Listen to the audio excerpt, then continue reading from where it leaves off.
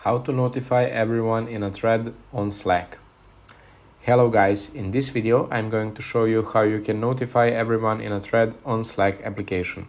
So if you want to send some message and notify everyone about your message, make sure you stay till the end of this video and find out how you can do it. So let's open up our application. Now you want to choose a channel and here click on message to open up a text box. So you just to notify everyone, you just need to do one thing, and that's type in @ symbol and literally write down everyone and click the only option that you have, which says notify everyone on your team. As you can see, it gets highlighted and you just send it.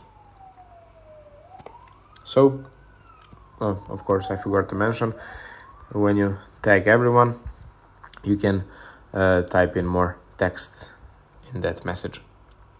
So basically that's it for today's very quick tutorial. I hope you guys find this tutorial helpful, and if you do find it helpful, as always, make sure you like this video and subscribe to our channel for more upcoming tutorials. Thank you and goodbye.